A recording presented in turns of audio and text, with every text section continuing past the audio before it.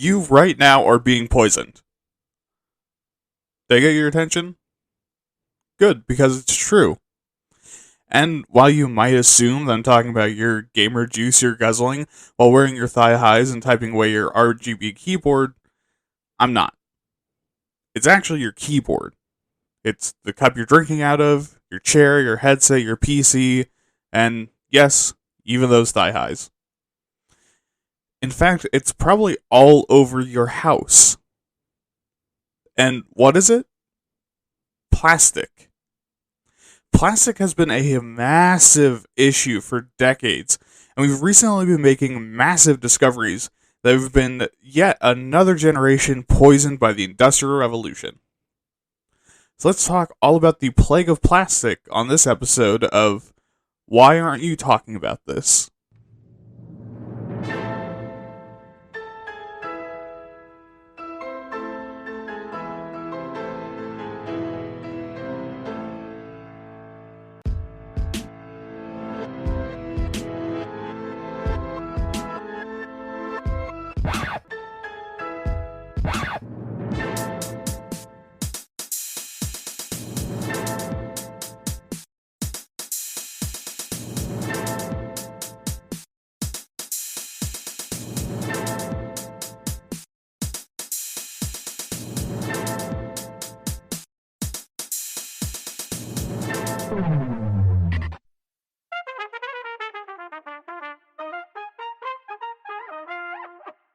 Hello, everyone, and welcome to episode 21 of Waytat.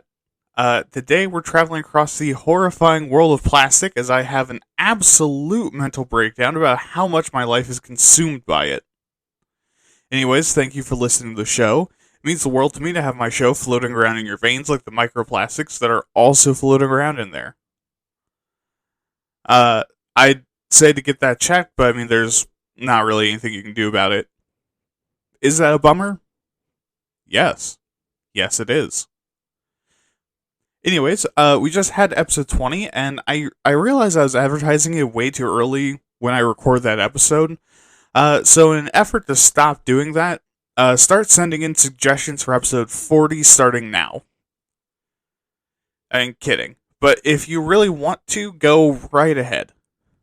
Also remember to share the show, download, like, comment, subscribe to the feed, as well as on YouTube, because I have started re-uploading some episodes up there as well. And I'll be posting 3 episodes at a time until I'm caught up, which is going to take a little bit, but yeah.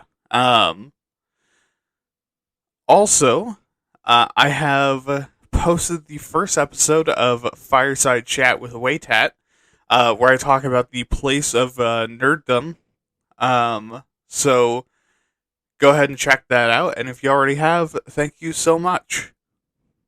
Alright, and with that, we're on to the show. Alright, so we're talking about plastic and forever chemicals today. Which, let me give you fair warning, holy shit, you're never going to be the same after learning about this. The entire world is going to be a lot more terrifying for a while after hearing about this. I'm not entirely sure that will ever stop being terrifying. I'm still in the period where it's all scary. But with that warning, let's start with some definitions. So first is the definition of a forever chemical. So while that's a name you'll see sometimes, most of the time now you see it referred to as PFAS or PFAS, which stands for pure perfluoroalkyl or polyfluoroalkyl substances. And these are used for waterproofing, grease resistance, and non-stick surfaces. These are exceptionally common and in basically everything that's grease, water, or stick resistant. And while there's been some quote-unquote efforts to change the chemicals being used, largely the companies using them have just been using different formulations of basically the exact same thing. Except sometimes they accidentally, on purpose, make it more toxic. It's kind of like that local Mexican food place you've probably eaten at that gets shut down by the health inspector every couple of months and then comes back from a long weekend with a new name, but all the same employees and the exact same menu. And, I mean, if you don't have that experience, I'm pretty sure you're not from the West Coast. Um, but why do these chemicals keep changing? Well, I mean, because one, they're almost entirely indestructible. And I don't mean indestructible like a love you have for your anime body pillow, nor do I mean indestructible like the truth of the phrase 2020 is going to be my year, spoken on December 31st, 2019. What I mean is that this shit almost doesn't break down at all. It doesn't react to much, and the molecular bonds are extremely strong, meaning it'll just fucking take what you give it and keep going. And secondly, these things are insanely toxic. Like parts per quadrillion toxic. You know how usually we measure the toxicity of substances in parts per million? Well, this is 2 orders of magnitude more toxic. Which is not like Twitter levels of toxic. We're talking like hentai site comment sections levels of toxic. And yes, I know they want it called X now, but Elon Musk can suck my dick and spit. And why are these such a problem? Well, because they can cause things including kidney and testicle cancer, hormone imbalances, liver and thyroid disease, reproductive damage, and can really fuck up your baby worse than your shit parenting will. Oh, and also reduces the effectiveness of vaccines. And yes, you probably already have some floating around your bloodstream, and yes, it's going to outlive you. Holy fuck. Okay, but moving on from the horror of PFAS, we have another horrifying thing. Plastic. But by the dictionary, plastics are polymers that are capable of being molded and shaped with heat and or pressure, and are generally low density, have low electric conductivity, are tough, can be made colored or transparent easily as well. And there's a lot of categories of plastics and type of plastic, but there are 2 major groups. Those being thermoplastics and thermosets. A thermoplastic is a form of plastic that can be formed and reformed over and over again without too much of an issue, and that would include things like polyethylene and polystyrene. Polyethylene is used for cling wrap, shopping bags, fuel tanks, a detergent bottle, and detergent bottles, and basically anything else that you want to put shit in that won't react very much to the stuff you're stuffing it with. You know, like nutting inside of someone who's had a hysterectomy.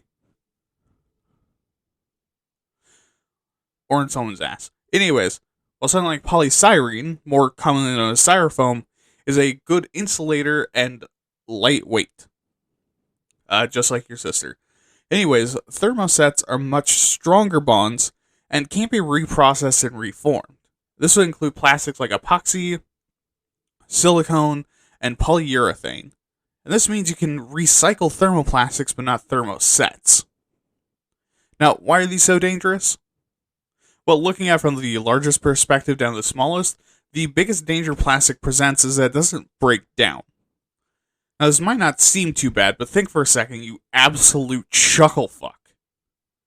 This causes trash to just build up and slowly get eroded, essentially increasing its damage over time on the environment.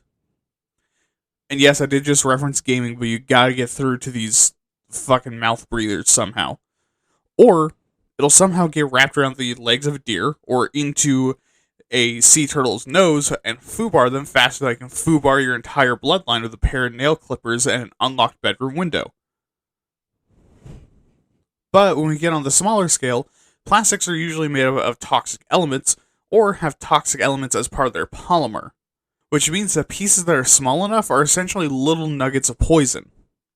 And while the stomach acid of most animals can break it down eventually, it takes a long time, which causes sometimes up to years of suffering as the animal's body slowly absorbs poison. And during that time, the plastic isn't getting shoved through their stomach sphincter, and man, I should call him, fast enough to get hungry. So they're actively starving to death without any idea why, because their brain isn't releasing the eat please chemicals because their stomach is full. And getting even smaller, we have microplastics. And these are extremely small pieces of plastic, less than 5 millimeters across, that are either created intentionally for abrasion products, like face scrubs or detergents, or are caused when plastic decays. And these little pieces of shit do two things very well: stick around and collect chemicals. And these crackheads of the chemistry world can jump from host to host as they get eaten, meaning a fish could eat a piece of microplastic, get eaten by another fish, then another, and another before getting swallowed by a pelican, that then gets vored by a sea lion, which then gets his ass eaten by an orca, and then poachers in the Pacific Ocean drag them up and cut them into pieces and sell them to dog food companies, which you then eat as a joke at a frat party in 2019, and now you have microplastics in your system. And what do? Well, I mean, not much. Just clog your bloodstream, collect your thyroid, cause cancer, act as a safe port for a number of unimaginably toxic chemicals you happen to butt chug, cause ulcers, or pass the blood-brain barrier and clog your neurotransmitter holes. You know, a fucking Tuesday in the United States of goddamn America. And here's the deal. It's already too late. You are fucking full of them. So am I. So is your mom. And your anime body pillow. That might be the worst one. But holy fuck. Okay, so these are really bad news. So why do we still use them?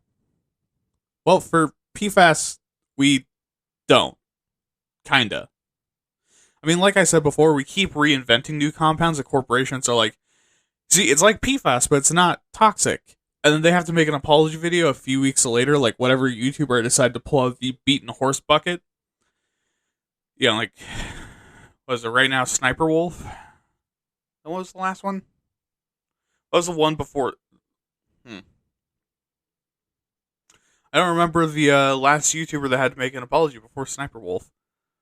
But they're still used really heavily in clothing, furniture, industry, and basically anything else you can think of that needs to be immune to liquids. Again, like, one with a hysterectomy. But why? Well, because, yes, they're incredibly toxic and dangerous. We also haven't figured out literally anything else that works nearly as well as PFAS does for its purpose. And since we've stopped using it in food packaging and preparation equipment, for the most part, there's less impetus to actually do anything about it, because companies can just, not say their stuff has it. Most people don't really know that the waterproof clothes they're wearing are coated in dick-shrinking, cancer-causing, baby-battered DNA scrambling chemicals. And what about for plastics? Well, it's because plastic is incredibly useful, very cheap, and also very easy to make. I mean, sure, we've been experimenting with bioplastics, being basically plastic created with things like cornstarch bacteria to break down easier. The problem is that they're not as stable, and the processing is usually fairly low yield and kind of expensive.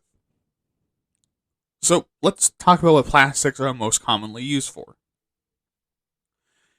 First, we have PET, or polyethylene terephthalate.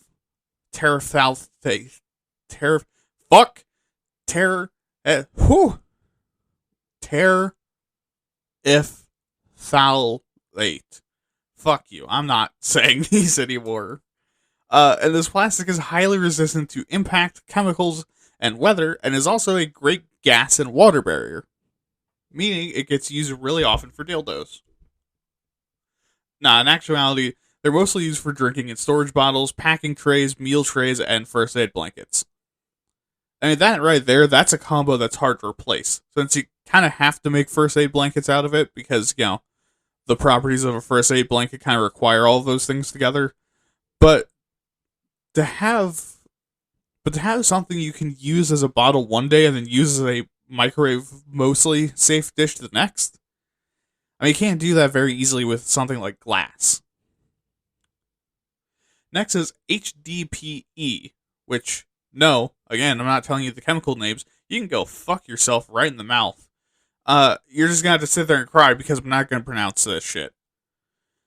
But this plastic is incredibly dense and strong and can survive fucking outrageous temperatures, melting at almost 300 degrees Fahrenheit, and also safely store some very harsh chemicals. And on top of that, they're fairly easy to recycle too. And they're commonly used for cleaning solutions and soap containers, food and drink storage, shopping and freezer bags, pipes like ones you smoke crack out of, and also like the one that I'm laying, insulation, bottle caps, fake wood, fuel tanks, and also helmets. Which again is a variety of things you'd have a hard time subbing other materials in for. Okay, so now we have PVC pipe. And this is a cost effective plastic that's very resilient to both chemical and biological matter, and you can shape it really easily. I mean, like, you could shape it at home with the heat source and reckless disregard for your own well being. And this is usually used for signage, furniture, clothing, medical containers, tubing, shit and or piss and or vomit and or cum and or blood pipes, white trash flooring, white people flooring, vinyl in both the hipster and white trash ways, cable, and also water bottles. Also, by the way, if you have like cables with like copper wires in them, the material on the outside probably isn't rubber. That's probably PVC. Just to let you know, or some other kind of plastic that's similar. Rubber is more expensive than that. LDPE is a plastic that can withstand up to 212 degrees Fahrenheit, is nearly as tough as HDPE, and is entirely non-reactive at room temperatures, which makes it really common for food trays, containers, work surfaces, machine parts, lids, cartons, shells, and computer hardware casing, garbage and laundry bags, playground features, and also seagull stranglers. Oh, sorry, ring drink holders. So, again, hard to replace. Because who else is going to keep those goddamn seagulls in line? Also, like, what? You want to start replacing these things with organic materials? What are you going to make playgrounds out of that your child won't find a way to fucking annihilate their future with? Glass? Wood? Cement? Dirt? Bone? There's only so many natural materials you can put outside, and most of them are almost perfectly designed to turn your children into raw chicken. Oh, and if you don't know what a bucket of raw chicken looks like, don't seek it out, but if you know, you know. I mean, like an industrial bucket of raw chicken. That's what your child will turn into on, like, a glass playground.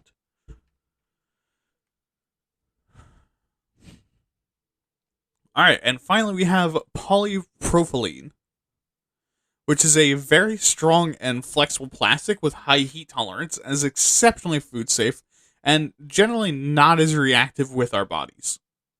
And they're mostly used in clothing, surgical supplies and tools, wargaming miniatures, which, food containers, straws, and also lunch bags. So, a lot of the things that end up in or around our mouths or in our other orifices. So, you know what that's also probably used for. I might look that up, actually. After the show ends, I might look up what kind of plastic sex toys are usually made out of. Anyways, let's also, speaking of sex toys, let's also talk about recycling.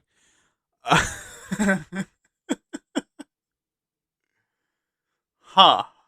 Interesting. Uh, that was off the cuff. Because that'll come up a lot more soon. The recycling, not the sex toys. So plastic, at least thermoplastics, can be recycled over and over again because the polymers can be returned to liquid, remixed, and remolded almost indefinitely, almost infinitely. But that does come with some caveats. See, because while we act like all those plastics above were their own unique thing, the truth is that those are more like categories of plastic. Because within that exact chemical compound, each use case has different needs. So different things will be added or changed to address that need. Or it will be mixed differently, prepared differently, or have different densities, or might even be used with other plastics.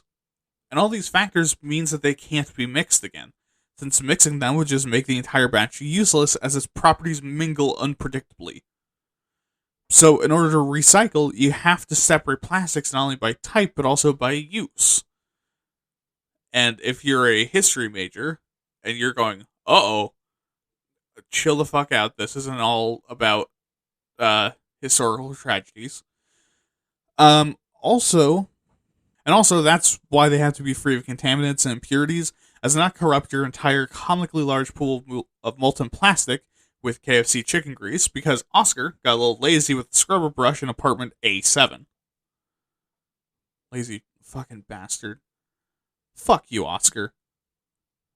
So this means when it arrives to the facility, you not only need to sort them, but also deep clean each piece of plastic and ensure no contamination. And if you're going, uh-oh, because you've thrown away some ghastly shit, yeah, a human being had to deep clean your weird water bottle jizz rag. And what do you do if it's contaminated or you can't use it for whatever reason? Yep, it goes to the landfill. But, I mean, specifically, how do we deal with, like, plastic waste in general? It can't all go to the landfill, right? Well, worldwide, 49.21% of all plastic goes to the landfill, while in the US, 72.88% of it goes to the landfill. 22.15% of all worldwide plastic waste is disposed of improperly, or 3.36% of the US is plastic. Which basically means that it falls out of the back of a garbage truck, gets shipped wrong, or it's just a straight up lazy piece of shit thrown into the river while they're wearing a government issued yellow vest. That could also include like not recycling things. 19.05% of worldwide plastic and 19.08% of US plastics are incinerated, which is just fucking great for the lungs. Only 9.29% of worldwide and 4.49% of US plastic is recycled, which, I mean, really fucking goes to show you how good at that we are. And finally, overall, the total amount of waste created from littering is 0.3% of worldwide waste and 0.19% of US waste. Meaning that only about 0.3% of the total waste plastic polluting the entire goddamn world is created by one of us being an asshole intentionally. Most of the waste is because the government is shit at doing things right, and that is something that's going to come up over and over again. Actually, probably the entire run of WayTat, not just this. So yeah, overall, I hope that, this section shows you at least a little bit of how much of a son of a bitch these things are to address. They are dangerous, they're extreme pollutants, and they're poison. They're also incredibly useful and almost impossible to really get rid of, and are at least in theory reusable. But I mean, so how'd this all start? Let's go to the history section. Alright, so we might have a bit of a short one this time, because plastic has a short timeline. Beginning in ancient Egypt and around the 4th century BC, I'm fucking with you. See, plastic has technically been around for a long time, yes, even to back then, because there are technically naturally occurring things that do the same or similar jobs to plastic. I mean, that would include things like horn, tortoiseshell, amber, rubber, and shellac. Because these are tough and durable materials, they're also very malleable when you heat them up, and they are very lightweight. So they've been used for millennia as something similar to plastic, just not on the same scale. That being said, let's look at artificial plastics. Beginning in the 19th century, as the Industrial Revolution has decimated the populations of animals and plants used for their plastic-like qualities, and yes, this has gotten very dark very fast, there was a massive demand for something that we could make to replicate those features. To save the animals? No. Fuck the animals. This was for us. So that we couldn't, and pull your pants up, you fucking sicko. This was so that I'm not asking twice. It was so that we could keep the profit margins of the ultra-rich higher than giraffe vulva and more depressing than actually getting off to NTR hentai. So inventors set to work. If I have to ask you to pull your pants up one more goddamn time, that was not a command. I wasn't telling you to fuck animals. Alright. But in 1862, Alexander Parks develops cellulose nitrate. And this artisan cum chemist, which I'm saying because it's funny, and cum in this circumstance means two things together, not jizzy jism, patented a new material that he called parkasine. And this was the first compound that we would call plastic today. And then he'd later go on to invent PVC in 1872, but that wouldn't really be in common usage for about another 50 years. I don't have any data to back this up, but he might have also invented PCP. But his invention of parkasine would lose that name in the 1920s, with its name now being celluloid. Yep, that's celluloid. And this plastic becomes heavily used in film, as well as briefly being used for celluloid combs, but that quickly fell out of style, and these companies started making sunglasses, which you can still buy to this day. Also in the 1920s, PHB is invented by French chemist Maurice Lemoine in 1926. 6 years later, since the only thing that gets the UK to do shit is its mortal enemy Europe doing anything, Imperial Chemical Industries in the UK invents its own plastic called Perspex. And while trying to create another form of plastic and to compete with its mortal foe a year later, they tried to combine ethylene and benzaldehyde together. By a horrible lab accident, which are words you never want to hear next to chemicals, oxygen leaks into the vessel and bonds with the ethylene, which creates the new chemical and plastic polyethylene, which is nowadays commonly used for foam. In 1941, PET is invented by workers at Calico Printers Association and was used to replace glass. Which, for some reason that date feels important. Like that year had something important happening during it. Oh, right. World War II. So during the war, because plastic was being revolutionized, and everyone was realizing, holy fuck, this shit is tasty. Things like Teflon, nylon, and polyurethane was getting manufactured and used more than the titty mouse pads are.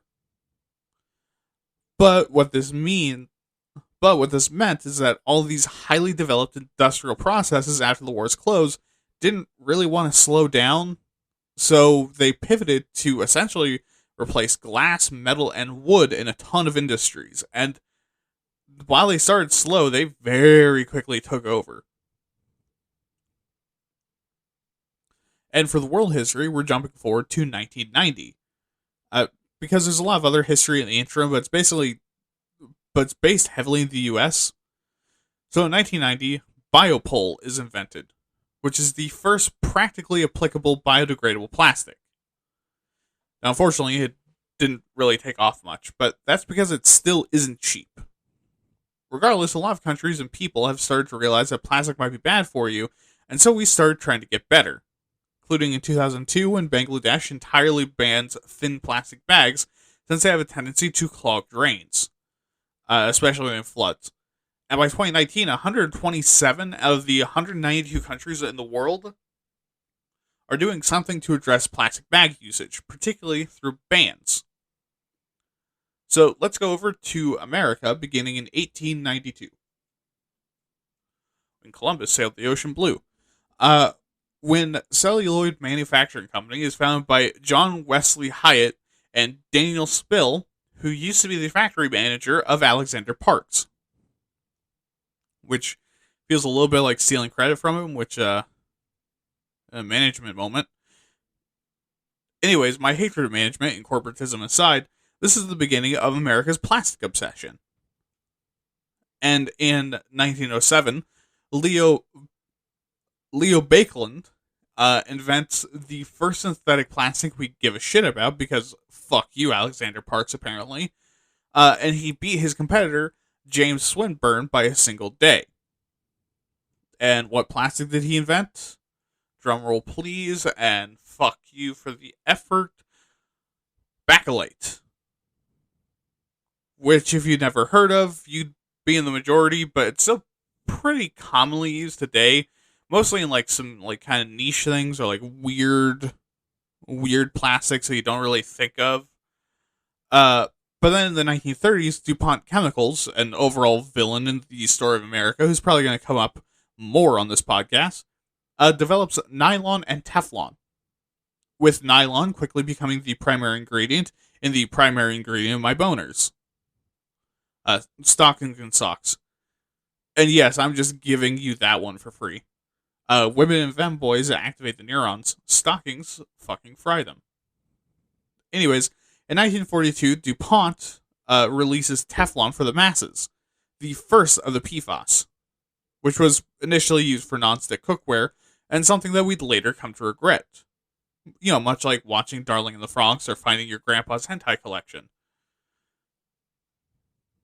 But already by the 1960s, after a period after World War II of some clout, plastic's reputation is already beginning to sour. By the end of the decade, plastic began to be fake or cheap. And in 1962, we actually began worrying about chemical pesticides, but immediately DuPont started to sweat. And then combined with a 1969 oil spill and the fucking I should have looked up how to pronounce this. You know what? No, fuck you, Ohio. I'm not going to learn how to pronounce your stupid fucking river. The Cahoga River catching on goddamn fucking fire. People began to become a lot more concerned about pollution and plastic especially. Because it was everywhere. And after that, every plastic company started to really, really sweat. I mean, at least until they looked behind them at their Scrooge McDuck pile of money and remembered that lobbying was a thing. By the 1980s, the plastic industry actually does something kind of good. They start pushing for plastic recycling. Which, hey, again, that's good. That's a win-win-win. Because it reduces pollution on the planet, saves them money, gets the government and the public off their fucking back, and also helps us by not killing the place that we live. So how do they do that?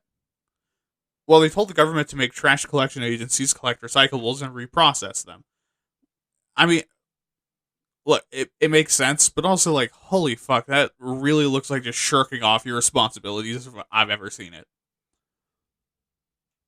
But by 1998, the EPA learns finally of the health risks around PFAS. Oh, and also remember those beads of sweat on DuPont's forehead? Well, it's because in 2001, along with dumping Teflon in the West Virginian drinking water, which surprisingly actually made it less toxic, and poisoning a fuck ton of people, they had also known that PFAS were toxic since the early 1960s, and they never told anyone. And what was the punishment? A slap on the wrist, mostly. See, the EPA is largely toothless with this shit and are consistently late to the party. Luckily, over the years, a ton of places in the U.S. have done their part, including banning PFAS, and also with like places like California being the first place to ban plastic bags in 2014, and other states have since followed their lead, or at least in charging for plastic bags. And with that, let's actually hop out of the time pool. Okay, so we are now in the current day, and we're going to go over the issues. So, beginning at probably the biggest concern is the pollution caused by plastics and PFAS. And like we said earlier, these things really don't break down the environment and are toxic as shit. And even when they do decay, things like microplastics and, very easy to seep into your body chemicals are created. As of 2019, 22 million tons, and that's metric tons, leaked into the environment. Also, as far as we've been able to measure, 80% of all marine pollution is plastic, and 8 to 10 goddamn tons of plastic ends up in the ocean every year, which is 45% of all plastic pollution produced yearly. This also means that by 2050, there will be more plastic than fish in the sea. Now think about that. Fish doesn't just mean like the goldfish you flushed down the toilet that scarred you for life and turned you to a bitter asshole. It means sharks, rays, and massive fucking fish like the sunfish too. doesn't include whales. Whales and mammals. Do you understand how fucking massive that is? Just floating in the ocean. That much plastic. And that's not even that far away. That is that's what 27 years away. And as of 2010, each person in the US produces 0.34 kilograms, or 3/4 of a pound, of plastic waste, or 112,846,000 kilograms of plastic per year for the entire population, or 112,846 tons. Which, hey, that sounds like a lot, right? Well, that's only about 0.43% of worldwide plastic waste, and also, normal people don't actually produce a ton of waste, and the most common source is industry. With the lowest pollution is marine coatings, so like plastic coatings on boats, at 541,000 tons per year, so already blown out of the water, more than 5 times. Road making produces 682,000 tons. Industrial machinery produces 2.68 million tons of waste per year. Electronics produces 17.31 million tons. Textiles produces 43.88 million tons. Consumer products sits at 46.66. Transportation is at 62.17. Small industries collectively are responsible for 66.32 million tons. Building and construction at 76.89, and the big daddy, big boy of pollution is plastic packaging, doubling building and construction pollution at 142.6 million tons of waste a year. Holy fucking shit. Okay. So, that's a huge problem, but what's another one? Well, there's no laws requiring manufacturers to report PFAS in their products. Oh, and also river dumping is still legal in most parts of the US and some parts of the world. And here's the deal. Once soil or water is contaminated, that's it.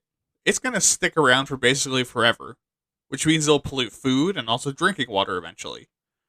Oh, and also, there's more holes in the laws preventing microplastic dumping than there is a piece of Swiss cheese knitted by your arthritic grandma in the most disgusting sweater humanity's ever seen. Meaning most places that produce microplastics can just yeet it into the nearest river that children play in, and the government gives them the double thumbs up of approval. But can possibly be.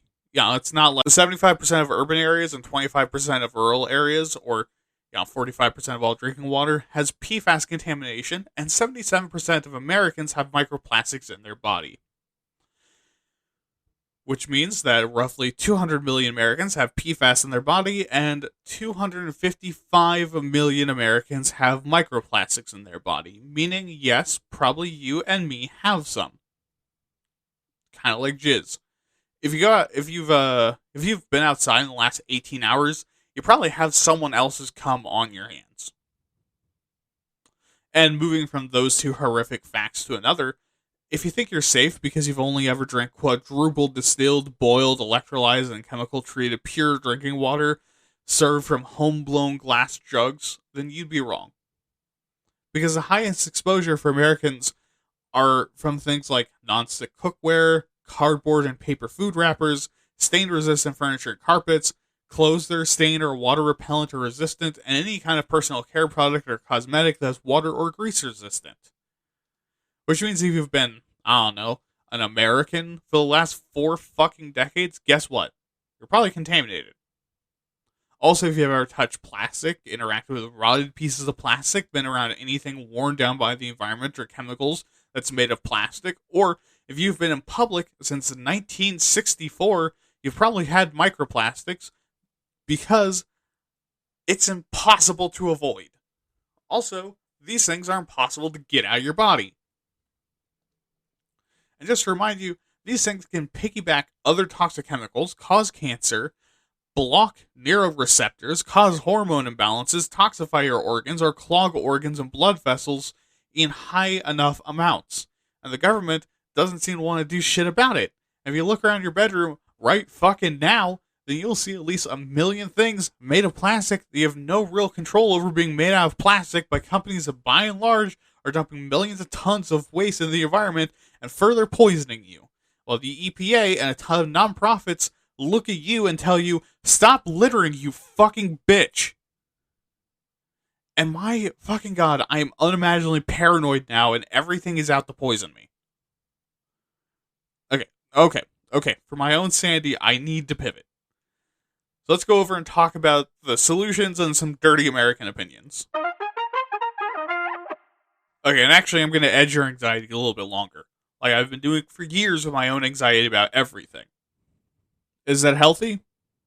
Nope. Am I going to stop or spare you? Nope. Alright, let's talk about some of these filthy fucking American opinions. So, first things first, let's talk about the core and key factors people are concerned about. So, the biggest concern is the impact of plastic on the environment, even over other forms of pollution like greenhouse gases. 16% of Americans say that's a top priority for the federal government to fix, putting it in the top 5 of all possible things to fix in the United States of America. And this would be, 20 episodes of shit we could possibly address, and most Americans put this higher than all other forms of pollution, K-12 education, and the national goddamn debt. The second is that Americans know plastic has a negative impact on the environment, especially in the oceans. Third, people want to do more to help, but they feel like they can't because there's no non-pollutant choices, nor will their choices ultimately make an impact. And partially because of this, about 11% of all Americans don't recycle, and 33% don't recycle religiously. So we do also need to address that people don't try because it feels hopeless, which, it's a vicious cycle and also very American. Fourth, Americans believe that everyone has a responsibility to reduce waste, but it's not equal. 2/3 of Americans believe we all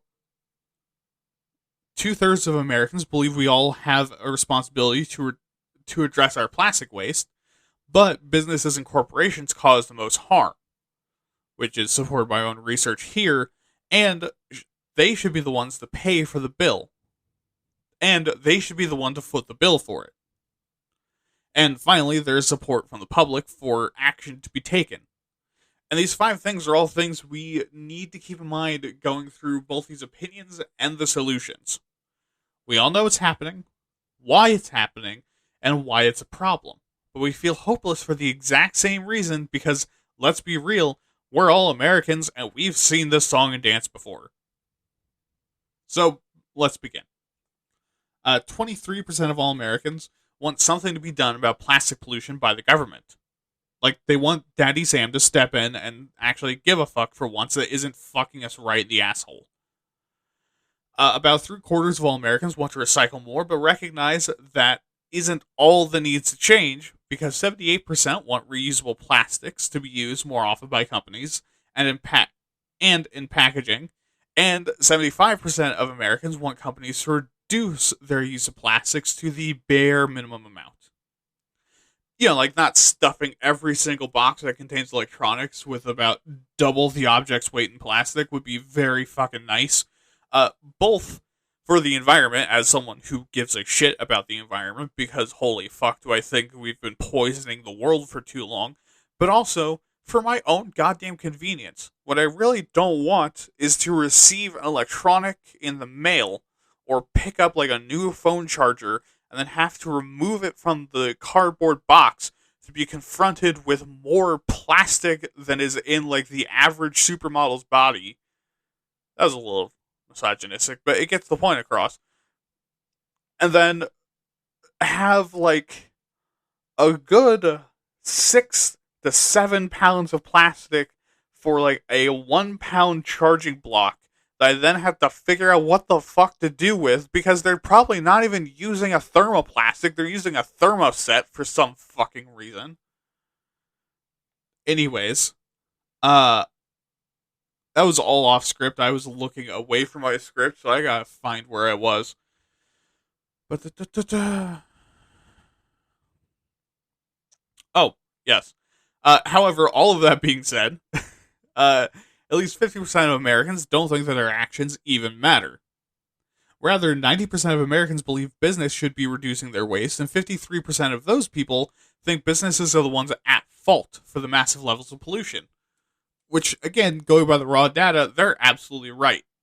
I mean, consider this, like, again, the marine coating industry creates more plastic waste than every adult American in the United States of goddamn America combined in a year. Like, but also 83% of Americans are very concerned about single-use plastics like food wrappers, and 82% would support the federal government doing something about it. 84% of Americans support the use of reusable packaging and foodware, and 80% think companies should be forced to reduce their use of single-use plastics. And speaking of corporations, 73% of Americans support a mandatory pause on the building of new plastic production plants, and 82% support protections for people to be implemented who live near those plants. Let's see, 81% of Americans think that these companies should be paying for cleanup, and the same number support limiting the amount of plastic we ship to other countries, because that usually also just ends up in a landfill or on the street and not recycled, or tossed into the ocean. So with all that data, you'd expect for us to be a lot harsher on plastics, right? Well, no, not really. Because for some reason, and I have a sense it's because of the attempted straw ban a few years ago, we're actually less in support of change in 2022 than we were in 2020. So, firstly, 1% fewer people think the US system of recycling needs improvement. 2% fewer think we need to emphasize reusing and recycling. 3% more think we need to reduce our reliance on plastic, which is ironic considering all the other things these people are losing favor for. 2% fewer believe that we need to choose new materials that are easier to recycle. 2% more people think plastic wouldn't be a problem if we eliminated single-use plastic. A massive 11% drop of people believe that plastic pollution wouldn't be a problem if we recycled more, which I think shows the hopelessness that people feel about this. 9% more people believe that plastic does more harm than good, and the same proportion of people believe that oil and gas do more harm than good. By the way, a lot of plastics come from oil and gas. 3% fewer believe we shouldn't send plastic to other countries. 1% more think that this is some, good old-fashioned smoke and mirrors for the government to distract us, while another 1% think plastic should be in landfills. Which, what the fuck? And what do we learn from this? Well, people don't seem to give a shit anymore. Like, they see this as a problem, but have been having less and less support for its possible solutions, and seem to actively want to backtrack, but still want the outcomes or believes in the outcomes, which, holy shit, that's just dumb. Okay, so with all of that, what can be done? Well, not a whole lot, honestly.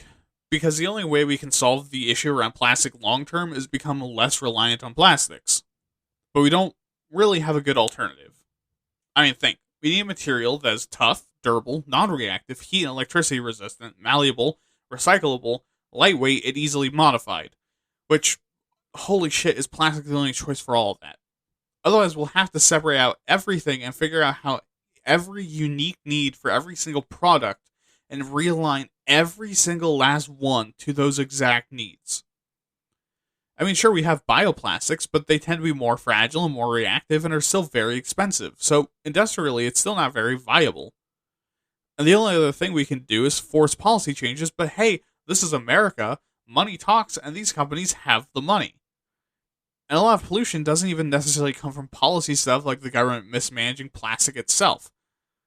Otherwise, we're literally just going against the plastic industry, which, holy fuck, that is unwinnable. So, that being said, how can you avoid something like PFAS? Well, if it's in clothing, firstly, don't believe the labels. Instead, either check the brand's websites for announcements removing PFAS from their products, but, be careful because they might be trying to lie to you there. Call customer support, or Look on watchdog group websites that monitor PFAS in products. In water, ask your water provider about these chemicals in your water supply, and if they haven't tested, ask for a test. If there's contamination, ask for water treatment. Now, I mean, here's the deal. Your local water provider probably isn't going to do these things if you're the only one asking, but if you're one of many, then it's more likely to get through to them and they'll actually address the issue. And if there's contamination and you want to get rid of it, don't boil your water because it'll just increase the concentration of the chemicals. Instead, use reverse osmosis filters. And finally, if it's in your food, don't use non-stick pans, grease-resistant packages, and try to use BPI certified packaging because it is required to not have PFAS. And yeah, that's basically all you can do. So let's go to the soapbox. And oh my fucking god, I'm still goddamn panicking. Because plastic is ubiquitous, and you can't do anything about it. So what do I think we should do? Man, I don't fucking know, dude. I have no fucking idea how to address this. Because again, we kind of need plastic. Because we can't figure out a way to make new materials without making something so much more horrifically toxic that will absolutely kill everyone. Like, all this just sucks. And while I think we need to find a solution and stop wasting fucking plastic all the goddamn time, this is another corporate piece of shit moment. Because they're still making massive money. And unlike most other industries, they haven't denied their products are pieces of shit and are just like, well, what else are you going to use? Give us a shrug and then continue to poison us while saying shit like, well, I mean, maybe have you tried recycling more and also reusing the plastic bottles you won't stop shitting out? Look, that's all I have for the soapbox. And this is short because, all my emotions around this are just untranslatable panic and internalized screaming and also rage. So let's go to the end. And goddamn, once again we have a depressing ending. Anyways, if you have opinions, advice on how to make the show better, your favorite orifice to ingest microplastics, why you think plastic is perfectly safe, and really anything else you want to tell me, make sure to email me at waytatpods@gmail.com. That is WAYTATPODS@gmail.com. Remember to check out my other podcast, Waytat Nerd, where I do basically the same thing, but with nerd topics like fantasy, sci-fi, role-playing games, etc., where I hope you'll like the topics just as much. And also remember to follow me on Twitter at Waytat_pods for more episode announcements. Have a good night, don't murder, have fun, and remember, eat plastic. It's good for your teeth. This has been Why Are You Talking About This, and I've been your host, William. Good night.